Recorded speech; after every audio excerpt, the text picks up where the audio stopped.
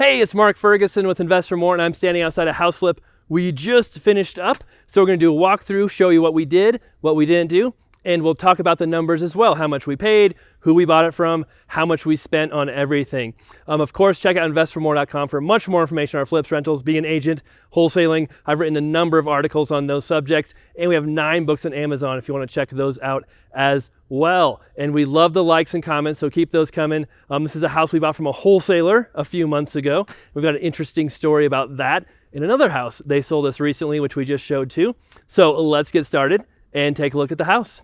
So here is the property, and it is right across the street from a school, an elementary school. We're in Johnstown, Colorado.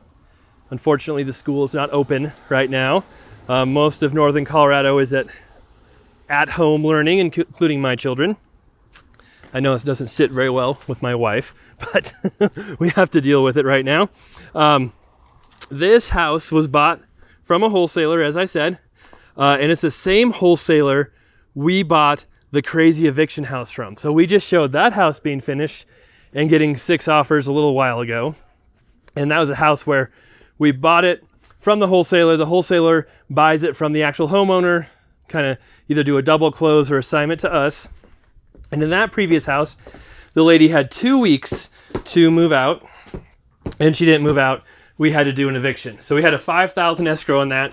We did get to keep that money, but it's still a pain in the butt to evict someone, obviously, and something we try to avoid. This one had a similar situation. Like I said, we bought it from the same wholesaler, paid $254,000 for the property, and they also wanted some time to move out. So we gave them 2 weeks as well. Had a $10,000 escrow that time, and this time it was fine. They moved out.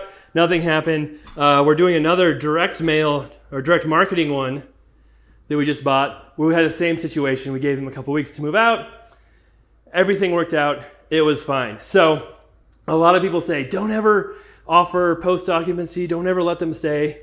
And in a perfect world, yes, I completely agree with that. But in reality, sometimes when you're getting really good deals, when you're doing flips, buying direct from sellers, they need concessions like that of being able to stay for you to get that good deal. And while sometimes you have evictions and it doesn't work out well, a lot of times it does work out well and it's fine. So sometimes it may seem like we're complaining or about situations like that. It's just part of the business. It's what happens. So like I said, we paid $254 for this one.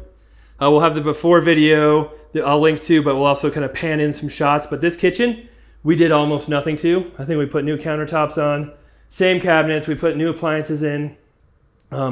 Did not have to replace the cabinets, so why should we? We refinished the hardwood floors.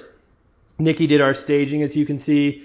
We painted, but we did not replace all these windows because, again, we didn't really have to. We did light fixtures, and there wasn't a whole lot of work on this house. It was really disgusting when we bought it. Actually, most of it was clean. One room was really disgusting back here.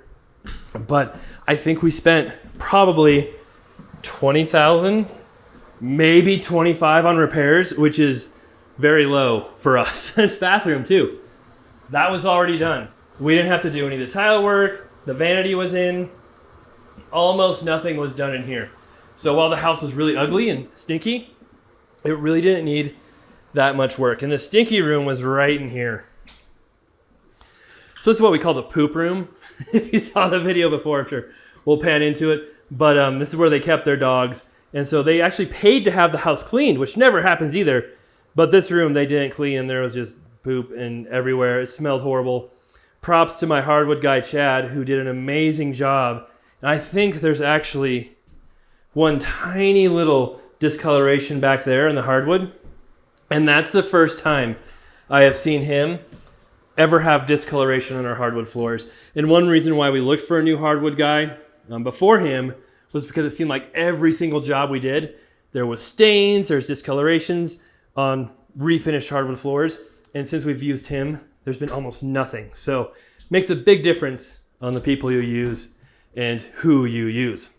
And as you can see, Nikki normally stages 2 rooms, living room, kitchen, bathroom, but we don't stage the entire house.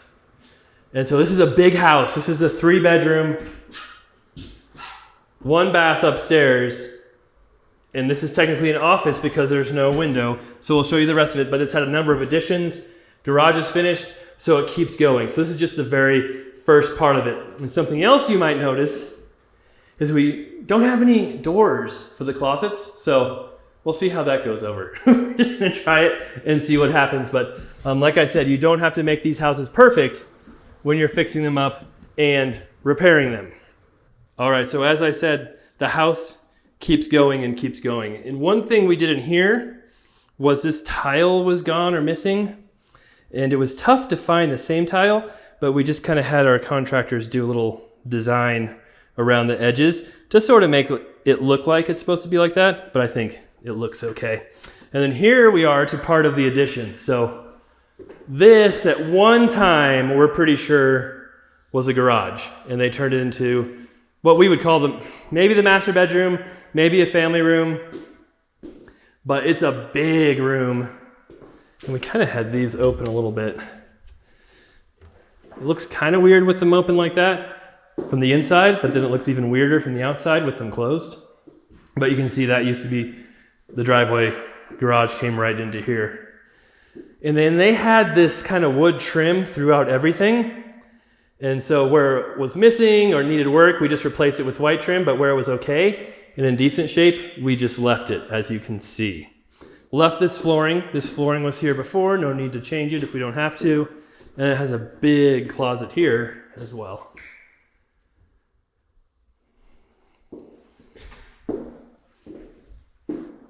All right, and then keep going this way. This is your laundry room right here.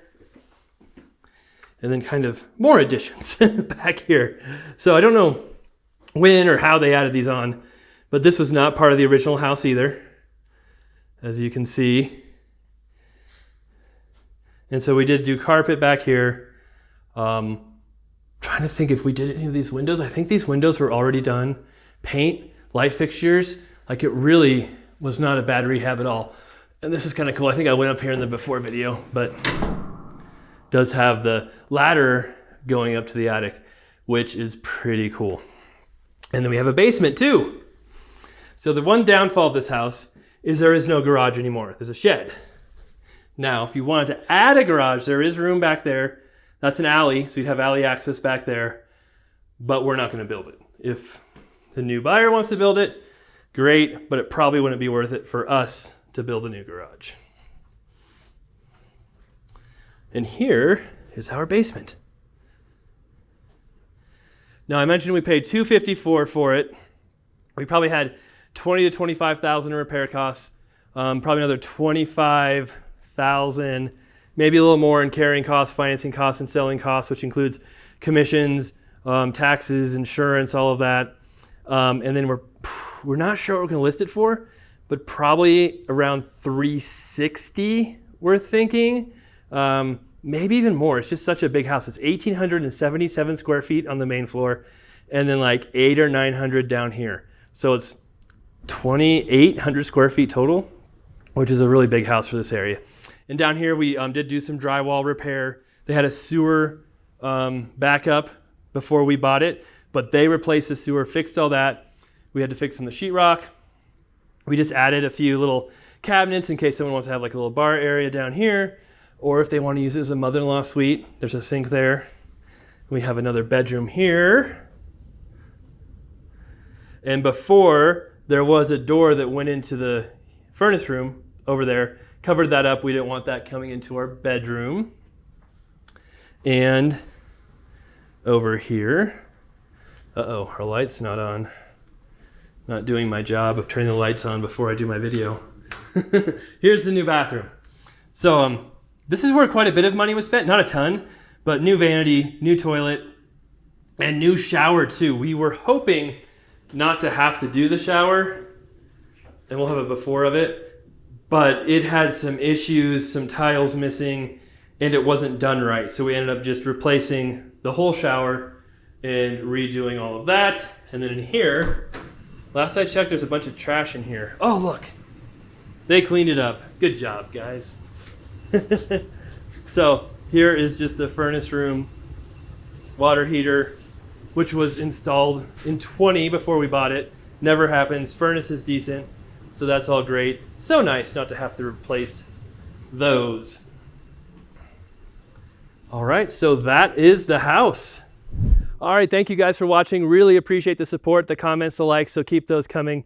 As you can see, yes, it did snow in Colorado. A lot of our videos lately have been in 60 and 70 degree weather, and that is not unusual for Colorado. I usually golf every month of the year except for really crazy bad years. So we do get snow, it does get cold, but it's not like a cold, blustery, miserable winter for months like a lot of people think. So here's the back of the house. We did paint the outside as well, and our shed, as you can see there. But really, not much work there. We did not have to do a roof either, which is nice. So this is one that was pretty ugly when we bought it, but really didn't take that much work. And we did use one of our newer contractors on this one too, and he's been doing phenomenal. So good job, Austin. And hopefully he becomes a great contractor for us for many years to come.